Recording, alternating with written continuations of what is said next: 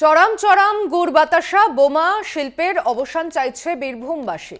সিউড়ির পাথর চাপুরিতে দাতা বাবার মাজারে চাদর চড়িয়ে মন্তব্য বিজেপি প্রার্থী দেবাশিস ধরের। তিনি বলেন, বীরভূম লোকসভা কেন্দ্রের 15 বছরের সাংসদ শতাব্দী রায় এই দীর্ঘ সময় ধরে বীরভূম লোকসভা কেন্দ্রের বিস্তীর্ণ অঞ্চলের অনুন্নয়ন ছাড়া অন্য কোনো ছবি দেখতে পাওয়া যাচ্ছে না।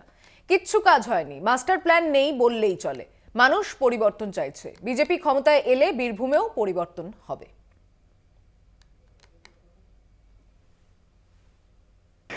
প্রচারে গিয়ে সব থেকে বড় কথা মানুষের ক্ষোভ, সব থেকে যেটা দেখছি যে বিভিন্ন কাজ হয়নি, বিশেষ করে জল, তারপরে রাস্তা, কাজ না পাওয়া, বার্ধক্য ভাতা এবং সর্বোপরি ঘর, এগুলো নিয়ে মানুষের ব্যাপক ক্ষোভ আছে। পূর্ববর্তী যিনি 3 বারের সাংসদ ছিলেন তিনি কেন করেননি এটা হয়তো অনেক গরিব মানুষ বোঝেন না।